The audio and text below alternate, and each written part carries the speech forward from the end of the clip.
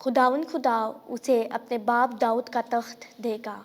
ہمارے لیے آج کی پہلی تلاوت سموئیل نبی کی دوسری کتاب اس کا 7واں باب 4 سے 5، 12، 14 آیت مقدسہ۔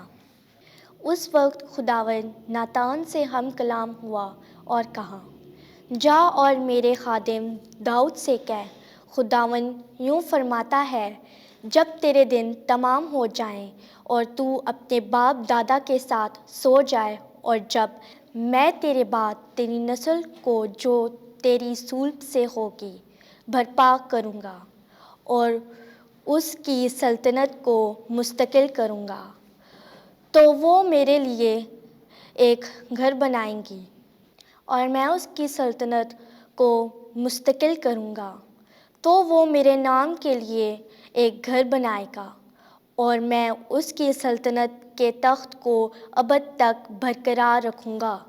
میں اس کا باپ ہوں گا اور وہ میرا بیٹا ہوگا۔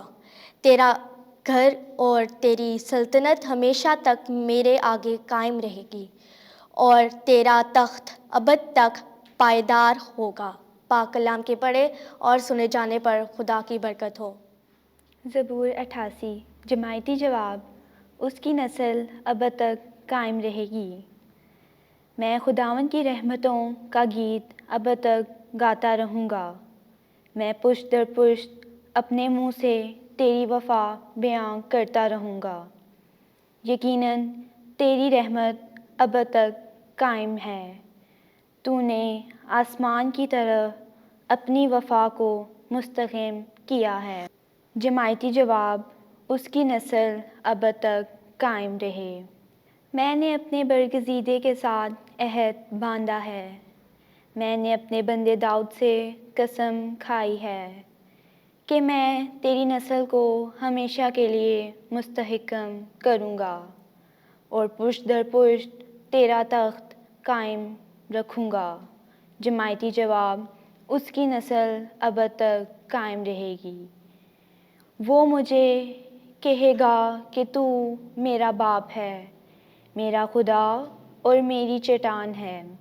میں اس کے لیے ہمیشہ اپنی رحمت قائم رکھوں گا اور میرا عہد اس کے لیے استوار رہے گا۔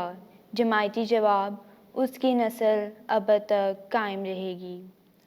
اگرچہ معلوم ہوتا تھا کہ ابراہیم کی امید بھر نہ آئے گی، اس نے امید رکھی اور وہ ایمان لایا۔ کلام مقدس میں سے ہمارے لیے آج کی دوسری تلاوت مقدس پالوس رسول کا خط رومیوں کے نام، 4 باب 13 سے 16 اور 18 سے 22 آیات مقدسہ۔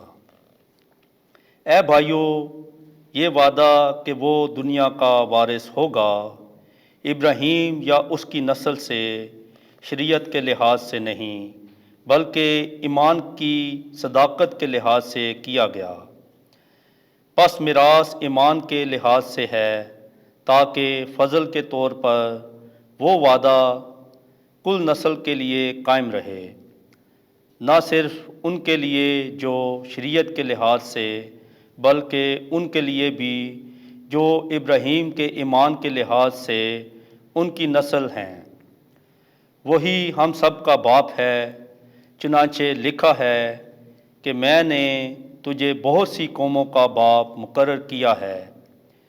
اس نے خدا کے سامنے جس پر وہ ایمان لایا اور جو مردوں کو زندہ کرتا اور ان چیزوں کو جو وجود نہیں یوں بلا لیتا ہے گویا کہ موجود ہیں، وہ نا امیدی کی حالت میں امید کے ساتھ ایمان لایا، تاکہ اس قول کے موافق کہ تیری اولاد ایسی ہی ہوگی وہ بہت سی قوموں کا باپ ہو، اسی واسطے یہ اس کے لیے صداقت محسوب ہوا۔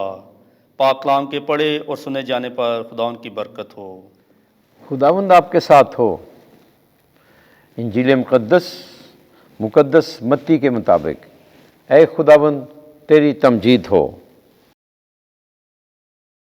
اس کا پہلا باب، اس کی 16ویں آیت، پھر 18ویں سے 21ویں اور پھر 24ویں آیت۔